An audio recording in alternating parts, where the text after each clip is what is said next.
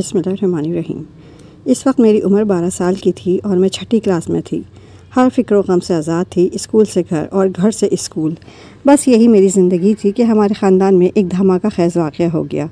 میرے چھوٹے چچا نعیم نے پہلی بیوی اور بچوں کے ہوتے ہوئے ایک تھیٹر کی اداکارہ لڑکی گلشن سے شادی کر لی۔ یہ خبر ہمارے سارے خاندان کے لیے افسوسناک تھی، لیکن میں عمر کے اس حصے میں تھی کہ مجھے اس کی کوئی سمجھ نہیں تھی۔ میں زمانے کے ہر پیچ و خم سے نابلد نئی چچی کے دیدار کو بے قرار تھی۔ خاندان والوں کی مخالفت اور پہلی بیوی کے ڈر سے چچا نے گلشن چچی کے لیے ہمارے گھر سے قریب ایک مکان لے لیا۔ نئی چچی کے لیے الگ گھر لینا اب ان کی مجبوری تھی، کیونکہ خاندان نے ان کی دوسری بیوی کو قبول کرنے سے انکار کر دیا تھا۔ آخر کب تک وہ گلشن چچی کے گھٹنے سے لگ کر بیٹھتے رہتے؟ مرد کو فکر معاش کے لیے تو گھر سے نکلنا ہی پڑتا ہے۔ چچی کے لیے ایک تو یہ محلہ نیا تھا، دوسرے وہ اکیلے رہنے سے بھوکلاتی تھیں۔ چچا کہتی کہ گھر پر ہی رہو، یہ ایک بڑا مسئلہ تھا۔ اس طرح وہ اپنی پہلی بیوی اور بچوں کے پاس بھی نہیں جا سکتے تھے۔ ایک دن وہ اپنی پہلی بیوی اور بچوں کے پاس گئے تو گلشن چچی کو ہمارے پاس چھوڑ گئے۔ وہ بظاہر ایک اچھی خاتون لگیں، ایک ہی رات میں وہ ہم سے مانوس ہو گئیں۔ نعیم چچا ایک دن کا کہہ کر گئے تھے، لیکن 2 دن لگا دیے، کیونکہ ان کی پہلی بیوی دوسرے شہر میں رہتی تھی۔ یہ وقت ان کی نئی نویلی بیگم نے امی سے اور مجھ سے باتیں کر کے گزارا۔ امی سے وہ بار بار کہتی کہ بھابھی ماں باپ سے رشتہ توڑ کر ان کے پیچھے آ گئی ہوں، اب تو آپ لوگ ہی میرے اپنے ہیں، آپ میرے ساتھ دیں ورنہ اور کہاں جاؤں گی۔ تب ہی امی نے چچی کو گلے لگا لیا اور کہا، تم آج سے مجھے اپنی بہن سمجھو، جب کوئی مشکل ہو مجھے بتاؤ، میں ہر طرح سے تمہارا ساتھ دوں گی، خود کو اکیلا مت سمجھو۔ اگلے دن چچا آئے، امی سے کہا کہ بھابھی کل سے میں ڈیوٹی پر جا رہا ہوں اور گلشن اکیلی رہنے پر تیار نہیں، آپ فریحہ کو اس کے پاس رہنے کے لیے بھیج دیں، اس کا اسکول ویسے بھی ہمارے گھر کے قریب ہے۔ امی نے مجھے چچا کے ہمراہ بھیج دیا۔ مجھے دیکھ کر گلشن چچی خوش ہو گئیں، اچھے طریقے سے مجھے خوش آمدید کہا۔ اب وہ سارا دن مجھ سے مزے کی باتیں کرتی رہتیں۔ چچا کام پر چلے جاتے، میری اسکول سے چھٹیاں تھیں تو ہم کو باتیں کرنے کا بہت وقت ملتا تھا۔ ہم مل کر کچن سنبھالتے اور کھانا پکاتے۔ چچی نے اپنے بچپن کے قصے سناتی اور اپنے ساتھ اچھا وقت گزارنے کی کوشش کرتیں۔ اسکول کھلے تو پڑھائی کا مسئلہ درپیش ہوا۔ مجھے میتھس کے سوال سمجھ میں نہیں آتے تھے۔ چچا تو صبح آفس چلے جاتے، ان کے پاس وقت کہاں تھا کہ مجھے ریاضی کے سوال سمجھاتے، اور گلشن چچی کو میتھ نہیں آتی تھی۔ البتہ انہوں نے اس مسئلے کا یہ حل نکالا کہ مجھے پڑوس میں ٹیوشن لگوا دی اور میں بشریٰ آپی سے پڑھنے کے لیے جانے لگی۔ بشریٰ آپی کے ابو صبح کام پر چلے جاتے تھے، ان کے بھائی بھی دوسرے شہر میں جاب کرتے تھے، بس گھر پر بشریٰ آپی اور ان کی امی ہی ہوتی، لہٰذا بشریٰ آپی کے پاس کافی وقت ہوتا تھا۔ تبھی وہ مجھے بہت توجہ اور محنت سے پڑھاتی تھیں۔ ایک دن جب میں پڑھ چکی اور گھر جانے لگی، آپی نے کہا، ٹھہرو فریحہ، ابھی مت جاؤ، آؤ چھت پر چلتے ہیں، دیکھو تو کتنا اچھا موسم ہے۔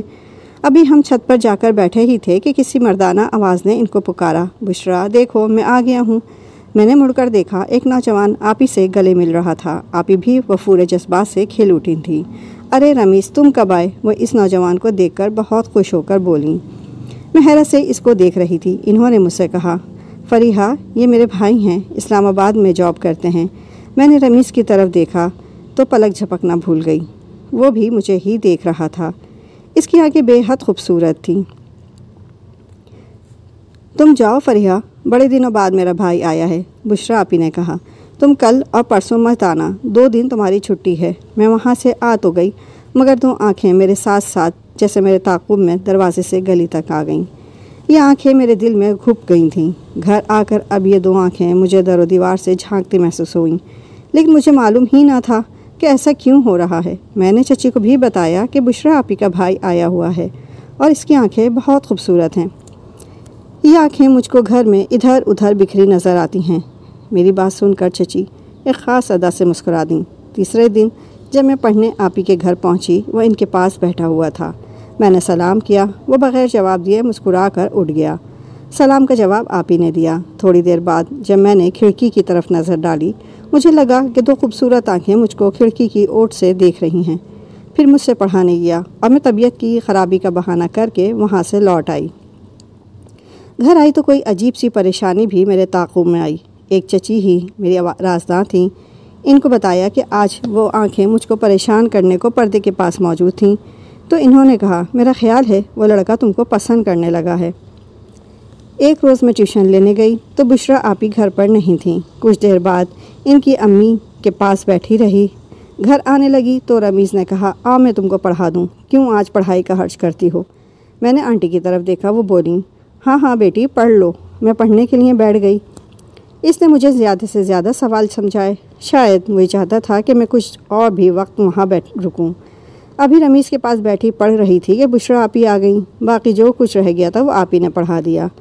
پھر آئے دن یہ ہونے لگا کہ آپی گھر پر نہیں ہوتی مگر رمیز موجود ہوتا۔ وہ مجھ کو پڑھانے میں بیٹھ جاتا۔ آنٹی نے ایک دن بتایا، بیٹی تمہاری بشرا آپی کو روز بازار جانا ہوتا ہے کیونکہ رمیز سے بڑے بھائی معیز کی شادی کے لیے کچھ خریداری کرنی ہوتی ہے، اس لیے وہ مصروف ہو گئی ہے۔ مجھے رمیز سے کچھ شکایت نہ تھی مگر ایک مسئلہ تھا کہ جب وہ میری طرف دیکھتا تو میں نروس ہو جاتی۔ میں اس انداز نظر سے نہ آشنا تھی، اس لیے الجھن ہوتی تھی۔ رفتہ رفتہ میں اس انداز نظر کی عادی ہو گئی۔ اب یہ حال تھا کہ جس روز رمیز نہ ہوتا دل بجھ جاتا، بشرا آپی سے پڑھنے میں دل نہ لگتا اور جلد از جلد وہاں سے بھاگنے کی کوشش کرتی۔ ایک دن میں جب اسکول سے نکلی، اس کو گیٹ کے قریب مسکراتے دیکھا تو میں چونک گئی۔ خیر اس نے مجھے کچھ نہ کہا۔ اس دن میں گلشن چچی کے گھر جانے کے بجائے اپنے گھر چلی گئی۔ ان کا گھر راستے میں پڑتا تھا۔ وہ تیز تیز چلتا مجھ سے پہلے گھر پہنچ گیا اور جب میں چچا کے گھر کے سامنے سے گزر کر امی کے پاس جا رہی تھی وہ اپنے دروازے پر کھڑا ملا۔ اس نے ہاتھ کے اشارے سے سلام کیا۔ میں پھر بھی نہ سمجھی کہ یہ سب کیوں اور کیا ہے۔ اب تو اکثر جب امی ابو کے گھر جاتی وہ اپنے گھر کے آس پاس ملتا اور ہاتھ کے اشارے سے سلام کرتا۔ روزانہ اس کی نگاہیں نہ جانے کیا کیا پیغام دیتی، لیکن میری سمجھ میں کچھ نہ آتا۔ پچھلے کئی دنوں کی طرح آج بھی بشرا آپی گھر پر نہ تھی۔ اس دن اسکول کی چھٹی تھی۔ دن کے تقریباً 10 بجے تھے۔ میں بشرا آپی کے امی کے پاس بیٹھ گئی۔ تھوڑی دیر بعد انہوں نے رمیز کو آواز دی، بچی بلا وجہ بیٹھی ہے، اس کا وقت ضائع ہو رہا ہے۔ رمیز بیٹے تم ہی اس کو پڑھا دو، بشرا تو شام تک آئے گی۔ رمیز نے کہا، جی امی میں پڑھا دیتا ہوں، اور میرے سامنے آ کر بیٹھ گیا۔ کچھ دیر بعد ان کی پڑوسن درزن آنٹی نے بشرا آپی کی امی کو بلا لیا، کہا کہ آ کر کپڑوں کے ڈیزائن دیکھ لیں۔ وہ فوراً چادر اوڑھ کر چلی گئیں۔ ان کو یہ دھیان بھی نہ رہا کہ میں اور رمیز گھر میں اکیلے ہیں۔ بس اتنا کہا، 5 منٹ میں آتی ہوں فریحہ بیٹی، ہانڈی چولہے پر چڑھی ہے، ذرا دیکھ لینا۔ اس روز پڑھاتے پڑھاتے رمیز نے کہا، فریحہ تم اتنا کم کیوں بولتی ہو؟ میں نے جواب دیا، مجھے زیادہ باتیں کرنی نہیں آتی۔ وہ بولا، تم جانتی ہو میری چھٹی ختم ہو رہی ہے اور مجھے واپس جاب پر جانا ہے۔ نہیں، میرا جواب ایک لفظ میں تھا۔ اچھا تو سن لو، تم نے کسی کی روح پر قبضہ کر لیا ہے اور اس کے دل کی دھڑکن بن گئی ہو۔ میں نق کی طرح اس کی طرف دیکھنے لگی۔ وہ کہنے لگا، ایسا کیا دیکھ رہی ہو؟ کیا میری آنکھیں بھینگی ہیں؟ نہیں تو۔ نروس ہو کر میرے لبوں سے یہ الفاظ بے ساختہ ادا ہو گئے۔ آپ بھینگے تو نہیں، آپ کی آنکھیں تو بہت خوبصورت ہیں۔ اچھا خوبصورت ہیں میری آنکھیں؟ کیا تم خوبصورت کا مطلب جانتی ہو؟ نہیں، میں نے دونوں جواب دیے تو کہا، تم بہت معصوم ہو فریحہ، تمہارا یہ معصوم چہرہ میرے ذہن سے ایک پل کے لیے گم نہیں ہوتا۔ جانتا ہوں تم ابھی بہت چھوٹی ہو، لیکن محبت عمر نہیں دیکھتی۔ میں 3 ماہ بعد واپس آؤں گا، تم سوچ کر رکھنا کہ تم نے میرا انتظار کرنا ہے یا نہیں۔ تمہیں میری اس بات کا جواب دینا ہوگا۔ بڑے بھائی کی شادی کے بعد میں امی سے تمہارے بارے میں بات کروں گا۔ میں حیران و پریشان گھر آ گئی کیونکہ میری سمجھ میں ان کی باتیں ادھوری آئی تھیں۔ پوری طرح رمیز کی بات کا مطلب نہ سمجھ سکی۔ انتظار سے نہ آشنا ایک 6ٹھی جماعت کی طالبہ کو بھلا کیا پتہ کہ محبت کیا ہوتی ہے اور انتظار کس بلا کا نام ہے اور وہ کیوں انتظار کرنے کا کہتا ہے۔ گھر آ کر بھی رمیز کی باتیں میرے ذہن سے محو نہ ہوئیں بلکہ مجھ کو پریشان کرنے لگیں۔ بالآخر میں نے چچی کو سب کچھ بتا دیا۔ وہ آزاد خیال تھیں، دل کے کانوں سے میری بات سنی اور پریشانی کو بھانپ لیا۔ بولیں، فریحہ تم تو خوش نصیب ہو، اتنا چاہنے والا ملا ہے۔ اگر مجھے کوئی ایسا کہتا تو میں فوراً محبت کا جواب محبت سے دیتی۔ انہوں نے محبت کے بارے میں ایسی باتیں کہیں کہ میں اس کام کو بہت ضروری اور اہم خیال کرنے لگی۔ ان کی باتوں نے میرے کچے ذہن پر بہت برے اثرات مرتب کیے۔ میرے دل میں چبھنے والی بے چینی پیدا ہو گئی۔ نہ جانے کیا ہوا کہ میرے دل کی دنیا ہی بدل گئی۔ سارا دن اداس رہتی، امی کے پاس جانا بھی کم کر دیا، گلشن چچی کے قریب رہنے کی کوشش کرتی جیسے یہی وہ ہستی ہے جو مجھے پریشانیوں اور ذہنی خلفشار سے بچا لے گی۔ ہر وقت انہی سے باتیں کرنے کی کوشش کرتی۔ وہ بھی مجھے ٹوکنے کے بجائے میرے حوصلے کو بڑھاتی تھیں، بار بار جتلاتی کہ تم مانو نہ مانو تم کو رمیز سے محبت ہو گئی ہے اور یہ کوئی بری بات نہیں ہے۔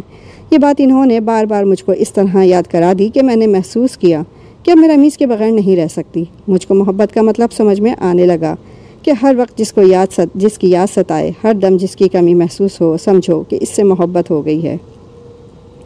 میں اب کھل کر رمیز کا نام لینے لگی۔ پڑھائی سے دل اچاٹ ہو گیا، سوچتی کہ واقعی محبت انسان کو پاگل بنا دیتی ہے۔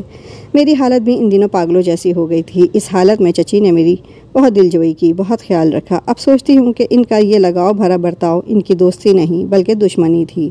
اگر ان کو مجھ سے دشمنی نہ ہوتی تو وہ مجھ کو سمجھاتی، نہ کہ اس عذاب میں داخل کرتی اور ایسے روگ میں مبتلا کر دیتی جس سے میں قطعی نہ آشنا تھی۔ وہ مجھے سمجھا کر روک دیتی کہ ایسی باتیں نہ سوچو، یہ باتیں تمہارے سوچنے کی نہیں ہیں، بس اپنی پڑھائی کی طرف دھیان دو۔ غرض کہ وہ اچھی چچی نہ تھی، میں تو لائق طالبہ تھی۔ مجھ کو تعلیم کی طرف راغب کرنے کے بجائے انہوں نے سیدھے راستے سے بھٹکا دیا اور ایسے راستے پر چلا دیا۔ اگر ان کی جگہ میری ماں ہوتی تو وہ ضرور مجھے روکتی۔ یہ 3 ماہ مجھ پر صدیوں کی طرح بھاری گزرے۔ بالآخر رمیز لوٹ آیا، میرا دل کھل اٹھا، ہر وقت دھڑکنیں تیز رہنے لگیں۔ اب چچی اس کے نام سے مجھے چھیڑنے لگیں۔ میں بشرا آپی کے گھر گئی تو اس نے میرا ہاتھ تھام لیا اور سوال کا جواب مانگا۔ مجھ سے جواب بن نہ پڑا تو رونے لگی۔ مجھ کو روتا دیکھ کر وہ بے قرار ہو گیا، بولا، مجھے یقین تھا کہ میری محبت کا طوفان تمہارے دل میں ضرور تباہی مچا دے گا۔ تم نہیں جانتی میں تم سے کتنی محبت کرتا ہوں۔ اب جب میں ان کے گھر جاتی وہ کسی نہ کسی بہانے ایک طرف ہٹ جاتا اور مجھے ادھر بلا لیتا۔ ان کے گھر والے چھپ کر ہماری ملاقاتیں ہونے لگیں۔ میں ساری باتیں چچی کو ضرور بتاتی تھی۔ وہ کہنے لگیں، اگر بشرا کے گھر رمیز سے بات کرنے سے تم کو خوف آتا ہے تو اپنا گھر تو محفوظ ہے، تمہارے چچا تو آفس گئے ہوتے ہیں، تم اس سے یہاں بلا کر مل لیا کرو۔ لیکن میں دن میں اس کو بلانے سے ڈرتی تھی کہ ہمارے گھر سے بھی لوگ آ جاتے تھے، لہٰذا گلشن چچی نے یہ حل نکالا کہ میں اس کو رات کو بلا لیا کروں جب چچا گہری نیند سو جائیں یا وہ اپنے پہلے والے گھر گئے ہوں۔ اس طرح چچی نے خود رات کو اس کو پچھلی طرف کی گیلری میں آنے کو کہا۔ انہوں نے خود اس سے 2-4 منٹ کی بات کی اور ہم دونوں کو تنہا چھوڑ کر چلی گئیں۔ وہ ہمیں مسلسل تنہائی میں ملنے کا موقع دیتی رہیں۔ اس وقت تو میں ان کو اپنا سب سے بڑا محسن سمجھتی تھی۔ اب زندگی کے اس موڑ پر احساس ہوتا ہے کہ وہ میری سب سے بڑی دشمن تھی۔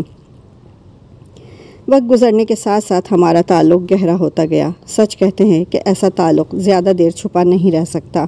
میرے بھائی نے 1-2 بار جب رمیز کو چچا کے گھر سے نکلتے دیکھا تو انہوں نے چچی پر شک ہوا۔ جب میرے بھائی نے ان سے پوچھا کہ یہ پڑوسی لڑکا کیوں تمہارے گھر آتا ہے تو انہوں نے الٹا وار کر دیا اور طوفان کھڑا کر دیا کہ تمہاری اپنی لاڈلی بہن سے ملنے آتا ہے، لیکن یہاں میرے اوپر الزام مجھ پر لگایا جا رہا ہے۔ اس بات کو ثابت کرنے کے لیے چچی نے مجھے اپنے گھر بلا لیا، لیکن اپنے پلان کی مجھے اور رمیز کو خبر نہ ہونے دی۔ جب رمیز مجھ سے ملنے آیا تو بھائیوں کو چچی نے خبر کر دی۔ وہ تو میرے بارے میں ایسا سوچ بھی نہ سکتے تھے اور نہ ہم ہی سوچ سکتے تھے کہ یہ عورت ہمیں یوں رسوا کرے گی۔ میرے بھائیوں نے رمیز کو پکڑ لیا اور اسے بہت مارا اور مجھے بالوں سے پکڑ کر گھسیٹتے ہوئے گھر لے آئے۔ میں جانتی تھی کہ اب میری باری ہے۔ بھائیوں نے مجھے بھی گھر لا کر بہت مارا۔ میرا اسکول جانا بند ہوا اور بھائیوں نے امی سے کہا کہ اس کی جلد از جلد شادی کر دو۔ گھر والے تو میری اجرت میں رشتہ ڈھونڈ رہے تھے اور مجھے رمیز کی فکر لگی ہوئی تھی۔ ایک روز موقع پا کر بڑی مشکل سے میں گھر سے نکل کر اس سے ملنے چلی گئی۔ وہ اپنی بیٹھک میں تھا اور بیرونی دروازہ کھلا ہوا تھا۔ میں گلی سے بھی بیٹھک میں چلی گئی، لیکن اس نے مجھ سے بات کرنے کے بجائے منہ پھیر لیا۔ وہ میرے بھائیوں سے ڈرا ہوا تھا۔ جب میں نے دوبارہ پکارا تو بولا، فریحہ، میں تم سے محبت نہیں کرتا۔ وہ میری بھول تھی۔ اب تم مجھ سے ملنے کبھی مت آنا۔ میری شادی میری کزن سے ہو رہی ہے، اب تم چلی جاؤ۔